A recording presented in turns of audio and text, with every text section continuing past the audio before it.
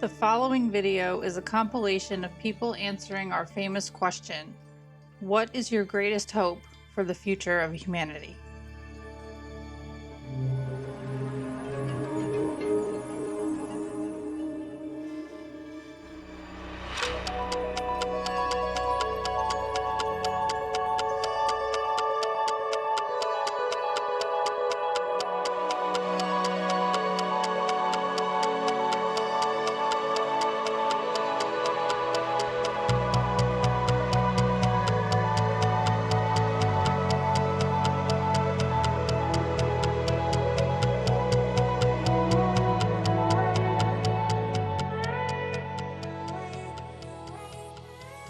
Okay, I want to honor your time, so I want to make sure Justin asks his famous question. Get ready.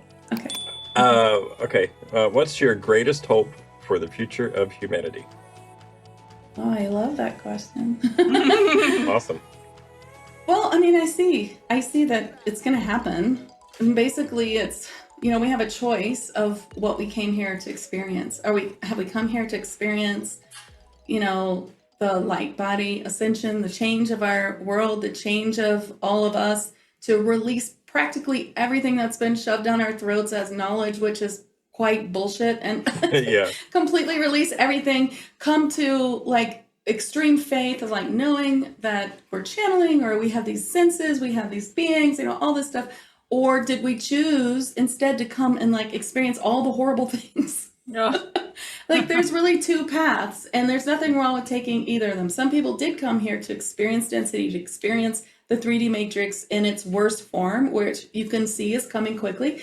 And, and that's going to happen. And that's fine. That's what they came to experience. There's no saving them. That's what they wanted to come here for. Gotcha. But for most of us who feel like we're on the light path, we've come here to experience incredible things. Just think, especially I'm 52. So I grew up in the 70s, things so different than how I see it now. To have that kind of experience of growing up in the 70s and what even just the world is now, and understanding what's beyond the veil, understanding more of that, then, so my greatest hope is that all of us who've decided to come and learn, which is everyone on this planet, that we feel that this life was so worth every piece of trauma, because that's how we learn, is by trauma. But I hope that most people will come to realize that all the things that we're doing here is for us, not to us. These things aren't happening to us. Yes. They're happening for us. We've come to, these horrible things happen. We have to be okay, this is happening. What's the lesson? What's the lesson? Exactly. Yeah. That was a beautiful answer. That's what we should be doing. Absolutely. Yeah, that is absolutely what we should be doing. I 100% agree with you. Just one final thought. What would you, from my friend Ali at Living Life Consciously, what's your biggest hope for humanity? The hope for humanity? Is that what you said? What's your biggest hope for humanity? That we get beyond our exclusivisms, that we think we're somehow separate. I hope we can get beyond thinking in terms of essences, that there's something called America, and there's something called Mexico and Canada and Gaza and Israel and all of these things. There's something else that joins us, that connects us. And I want us to understand that and foreground it in our political and moral talk as well. That's my biggest hope, is we understand that we're a single species and not a collection of nation states or religions. Again, going back to that universal language, I told you. It's very much in that zone, Yeah. That's why I do what I do. That sounds naive and maybe utopian, but I'm essentially an optimist about the future, certainly about human beings. Same. I know they do really horrible things and are really not so good very often. Well, thank you, sir.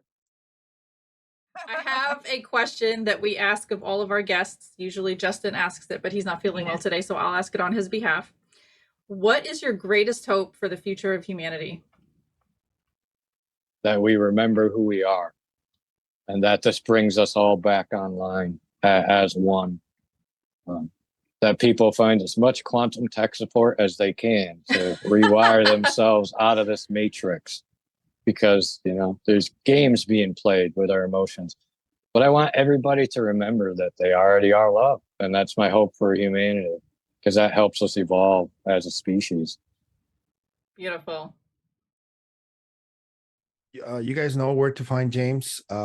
Just one last thing. What is your biggest hope for the future of humanity? This question is from Ali at Living Life Consciously, and I'm asking this question so you guys can, whatever you want to answer to that. What's your biggest hope for the future of humanity? Man, I'm such a hippie when it comes to this, man. I really hope that, you know, in understanding the reality of UFOs and more so non-human intelligence, that people are gonna like wake up and realize like, wow, like, you know, we really are one human race, right? Like we have a lot more in common than we have not in common, right? There, and in the same vein, also that there's these other non-human intelligence that got so advanced, however they did it, means we can do it too. Like, right, we have that same potential. But you know, I'm going to take it a step further and say, like, yeah, maybe we can, you know, have peaceful engagement with this non-human intelligence and understanding of each other, right, as just sentient beings in this whole cosmos, right? Because, you know, if we're just isolated on this little planet in this infinite cosmos, I mean, how, you know, how whack is that, right? Like we have the potential to interact and maybe learn from and exchange with all these other intelligences that could be out there. I mean, I think that's going to be the natural progression probably of all sentient beings, right? To mature enough to look outside your planet and see that there's other people out there, and you know, we're not alone in the universe. You know, we're not just like alone on some rock. There's people or sentience throughout the universe that we are sharing this space with and this time. So why wouldn't we want to make the best of that? Beautiful answer, man. That's why I think Whitley Strieber's book is called Communion, you know? Yeah. I want to thank you, James, for your time. This was a wonderful conversation. I hope we can do it again soon. Mm. Thank you. Wow, thank you. Thank you, Tarp, for being with us. We appreciate your time. What is your greatest hope for the future of humanity?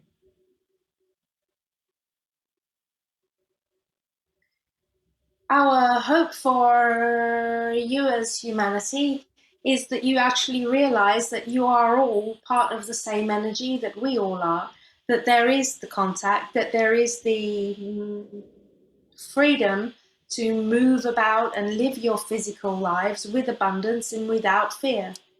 This is our greatest hope for you. Thank you. Thank you. We appreciate that, and we hope to get there. Yes. You will.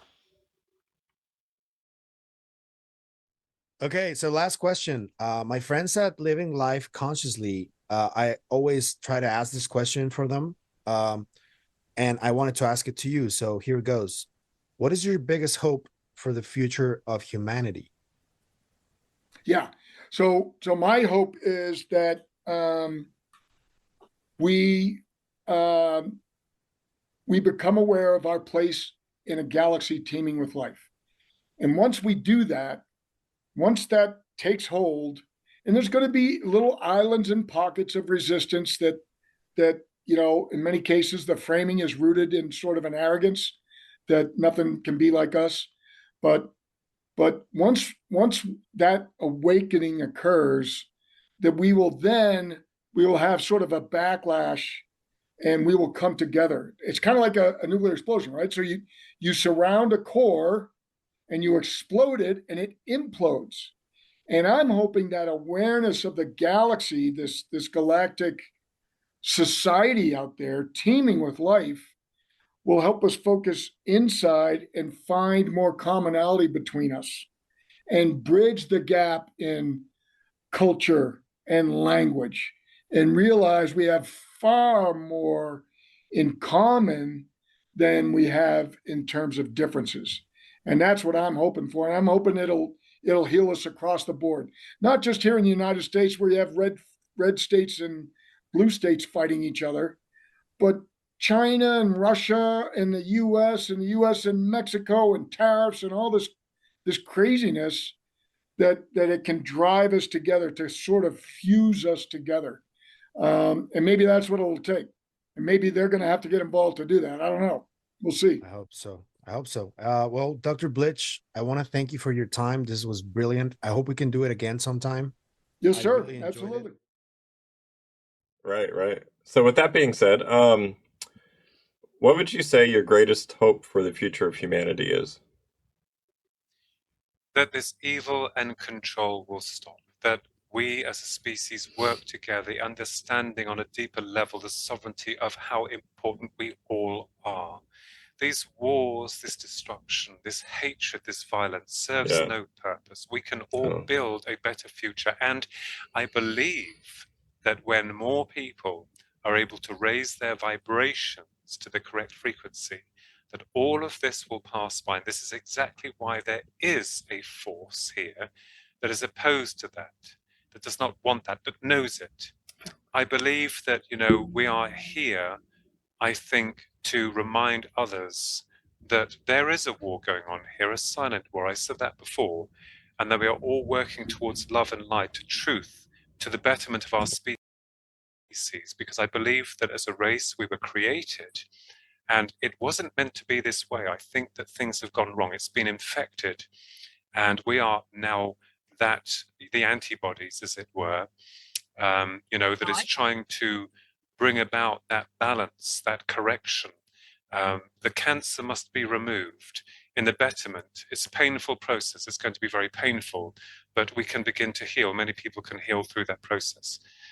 So I believe that we are all important instruments, the unfolding of our reality, that we are brilliant beings of light, and that's what we are, because light is vibration, and we are real, we exist beyond death, what's called death, and that we are more than just human. We are not just human. That was a beautiful answer. Thank you. I have one last question, and this comes from my friends at Living Life Consciously. And it's a question that I asked pretty much everybody who comes on the show. And what is your biggest hope for the future of humanity?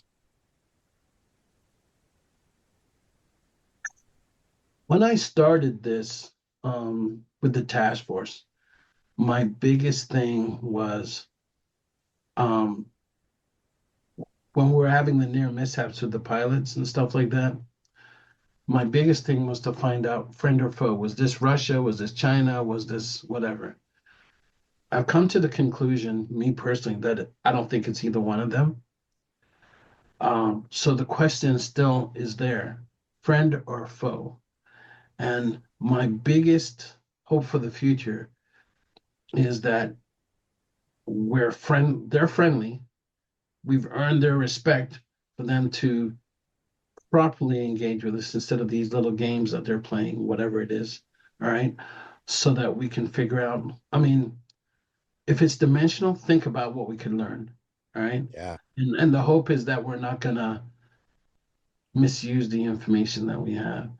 If it's this is kind of deep and it's kind of dark, but just stick along with me. Yeah. One of the biggest boon we had in the medical world was when the Nazis did all those experiments on humans before they discarded us as trash or whatever. Yeah. If these aliens are that advanced that they can do all these things, think about the technology from a medical standpoint that we can learn.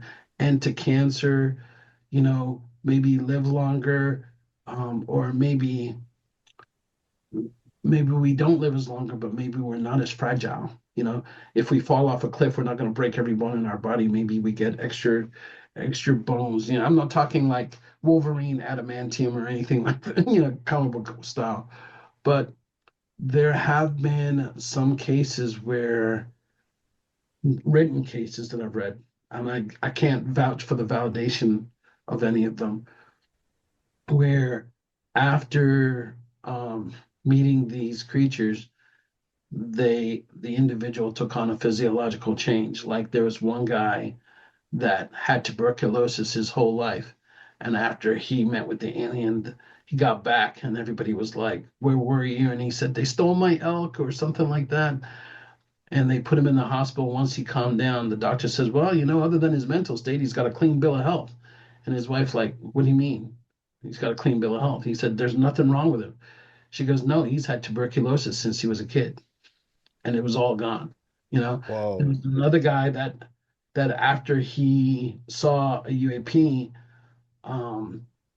he started his vision started to change to where he felt like he had X-ray and he was partly seeing through the person's body. You know, there's those people that have the ability to heal people with, you know, just by their hands.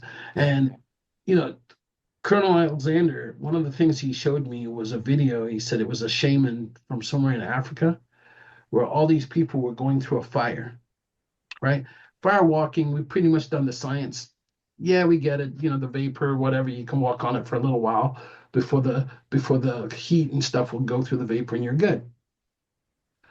But he had a shaman go through it who had a grass skirt on.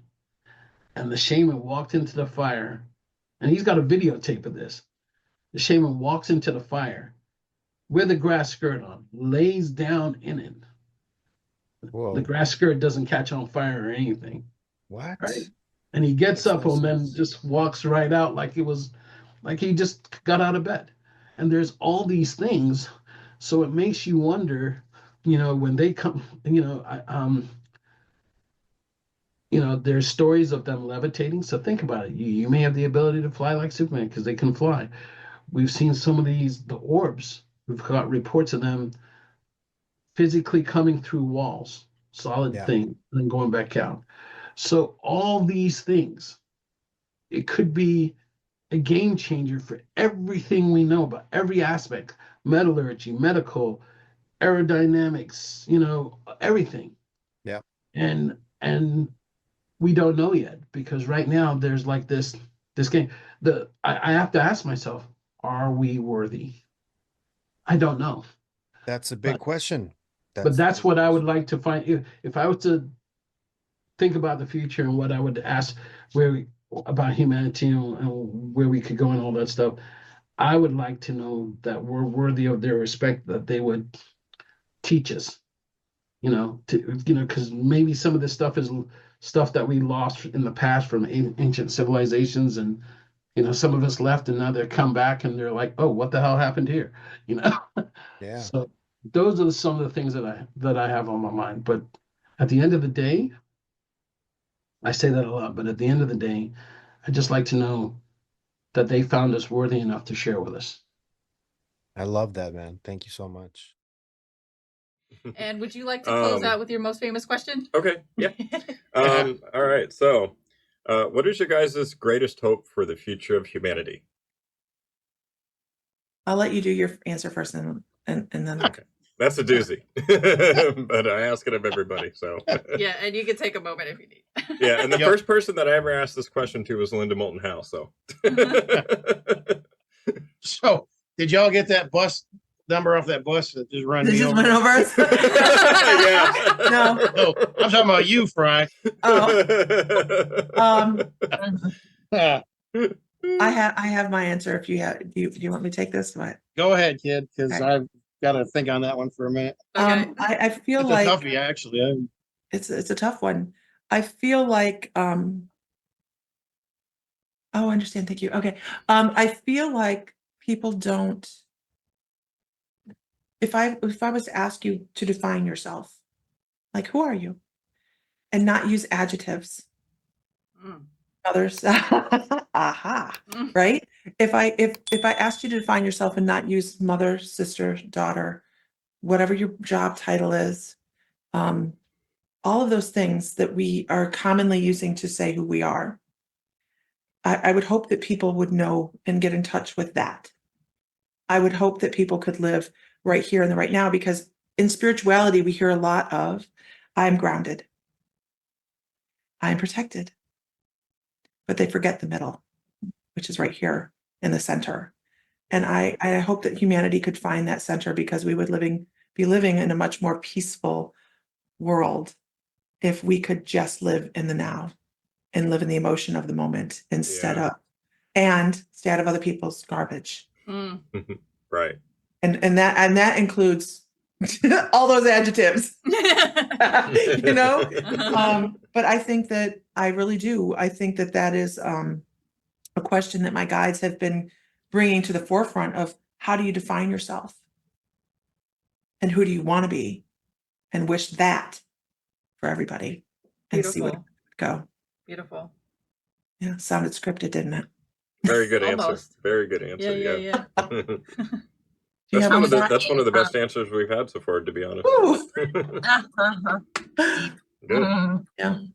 Wow, honey, you even got me thinking about that one. That just blew me away. Aw. Yeah, I mean, I've never sat back and thought about it like that. I mean, Yeah. I actually have nothing. I mean, she just totally flabbergasted me. So basically, your answer is what she said. Yeah. Ditto. Ditto. Right. And I have one final question before I let you go. Yeah. This comes from my friend Allie at Living Life Consciously. She's also part of the UAP Society. And she asked me to ask this to any guest that I have. What is your biggest hope for humanity? My biggest hope for humanity.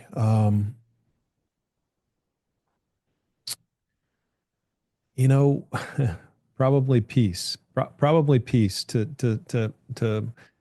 answer the question just with an easily understandable. I think, but peace. I think that starts with peace within. You know, you have to be at peace with yourself in order to be at peace with others. But we have to stop fighting. We have to stop bombing each other and killing each other. We're killing ourselves, really. I mean, if we I think that we have to get to the point where we stop fighting, because the weapons are getting too big and we're just not evolving quickly enough to be able to make our existence on this planet sustainable. So, you know, I think that we have to find that. We have to find peace within ourselves and peace with our fellow human beings. And how do we do that? You know, I mean, I think that it's going to involve some sort of an awakening, an understanding, a recognition of what who we are as human beings, who we are authentically. It's going to have to involve a reduction of ego and identification with form, with country, with race, with you know, with all of the things that we identify with. We have to recognize that from a spiritual standpoint, we are all spiritual beings, and that the rest of it is really man-made, mind-made mental constructs, and recognize that we're killing each other and murdering and torturing and just doing that to ourselves, and that we have to kind of stop doing that. So if we want to continue to live on this planet and have future generations inhabit this planet and really make something out of our species, really become something special, become something great. So that's kind of, at this point in our evolution, that's my biggest hope, because I think that if we can do that, then what we can accomplish together is really, you know, there's no limit to it. You know, like Graham Hancock says, ego deaths for everyone. Yeah.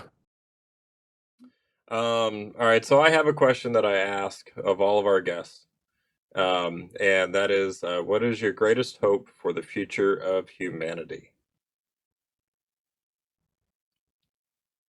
My greatest hope is that we find peace. not only within ourselves, but with each other. Hmm. Okay. Awesome. Beautiful. I got chills. Did you get chills again? Forever goosebumps down there. Forever goosebumps. Finding peace. That's beautiful. I really hope that we can come to that at some point. Yeah, me too. That I have one final question from my friend Ali from Living Life Consciously.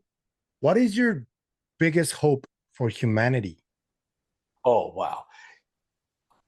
I got into this because I saw all the stuff that led me to believe that for 80 years we've had world-changing technology and science sequestered under the Atomic Energy Act and kept from us that could relieve the worst problems of humanity. And should we introduce them, will lead us into a golden age of no one having want, no one having starved, no one unable to afford energy. We could, artificial intelligence driven by this unlimited energy could build every human being a home out of raw materials in any environment they're in. And so we can, in 10 years, go from the horror that's all over the world today to no one living in want. That's my wish. Damn. Thank you, Science Bob. Ask your famous question. Oh, all right. So, what is your greatest hope for the future of humanity? That's a big question. My greatest hope for the future of humanity is that we learn to see each other exactly where we are instead of projecting on everybody where we want to be and looking at everyone as a reason why we're not there. Instead, I'd so much rather for us to all recognize that the universe is not limited, it's abundant. There's enough for everybody. There's plenty to go around. Nobody has to compete. This is not a competition. I want you to win too. And if we could just see each other as exactly who we are for the beautifully broken, wonderfully put back together creatures that are constantly expanding, I think it would bring a lot of peace to the world. Because if you can see someone in their pain, you can see them in their joy. And if you can feel empathy for them and their pain, you can help them overcome that. And I think if we could do that more often, it would have really long lasting effects for everyone. It sounds very healing. Healing. Yeah, we need to see each other as people. Is the thing. That answer. That was a beautifully worded, Yes. well thought out answer. I really resonate with that. Yeah, I guess my personal viewpoint is more of a disappointment. You know, it's like the disappointed parent or something where I just know the country can and should do better, and I hope we see that in the future. But that reminds me of a question. Ali and Justin, they run our UAP Society news show. It's our sister channel, and they actually met you. You made a great impression on them, and they wanted me to ask actually is what is your greatest hope for the future of humanity, since we're talking about that? Wow, for all of humanity? Yeah. Well, that's a much bigger question that's beyond UAP, clearly. I think the greatest hope of humanity, I think 95% of our issues as a species comes from our inherent propensity to move towards violence when we don't get our way, when we don't understand something, when we are afraid of something. If we could learn to be a kinder species, I often tell people, you say, well, what do I need to know if I came across an NHI, how would I relate and interact? And I always tell people the same thing. Look, I think before you try to understand what is out there and what is definitively not human, you first need to understand what's in here and what makes us human. And where are those limitations? I would love to see humanity for once at peace. I would love to see humanity not be violent. I would love to see humanity respect one another in a way, whether it's religious acceptance, political acceptance, lifestyle acceptance, live and let live, do no harm to anyone else. And I know that sounds weird from a guy like this that's got a background full of patches and military stuff, right? But I have I've been part of an apparatus that really focused in tearing human beings apart. And I'd like to spend the rest of my life perhaps help putting them back together. Um, let's make no qualms about it. You know, when you're in national security, when you're in the Department of Defense, which is to some degree a little different than the intelligence community, but your job is very simple. You're not peacekeepers. You're not there. You're not the State Department. You were there to fight and win wars, and ultimately that means killing more of the enemy than they kill of yourselves. And that's what warfare is, and it should always be a last result. Um, nobody wins in warfare. There's just some that lose more than others. War is a terrible thing, and violence, and whether it's a war on the battlefield or it's war in your household where spouses aren't getting along and people are saying ugly things to each other because there's consequences. Because there's in one instance when you're talking a warfare and on a geopolitical scale, you have citizens that are hurting. But when you have warfare in a household, you have children that are hurting.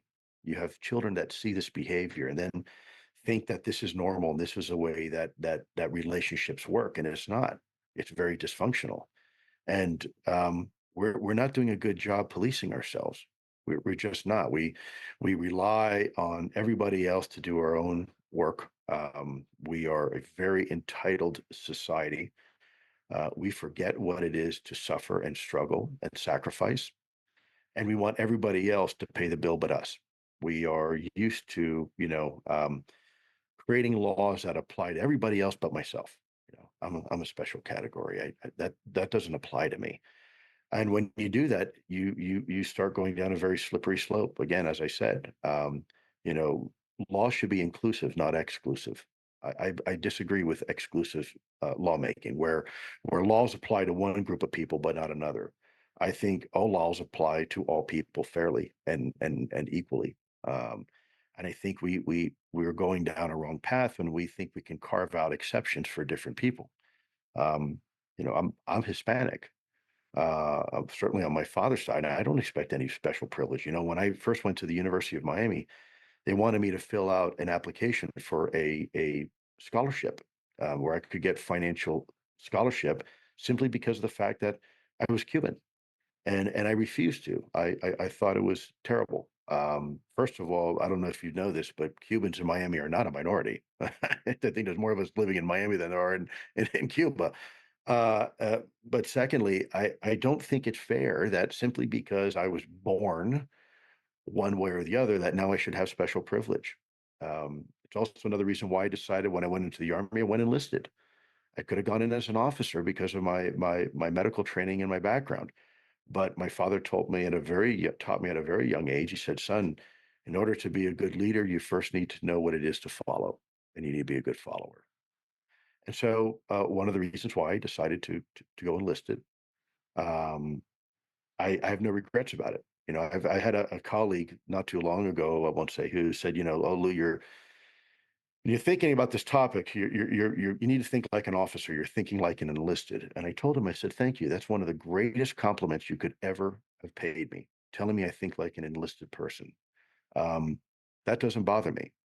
I've worn the rank of officer on the civilian side, very senior, for a long time. But that's not what made me who I am. What made me who I am was when I was enlisted, being called up at 3 o'clock in the morning to go out in the middle of the snow and start up a Humvee and get the AM and the Singar's radio going.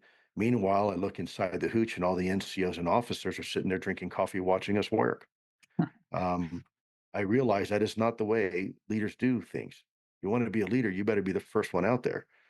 There's a saying, the original, and I love this saying, so I'll share it. The original founder of Suffrages department store in London, and by the way, this was remarkable for its time because there was never anything like that in London before. This was like a superstore where you could get everything, hardware and fashion and everything. So Suffrages, he said, one of his understandings of leadership, right, where a manager will often tell people, "Go and do it." A leader says, "Let's go and do it." And I'll add on one more to that. In my opinion, a great leader says, "I'll be the first one to go."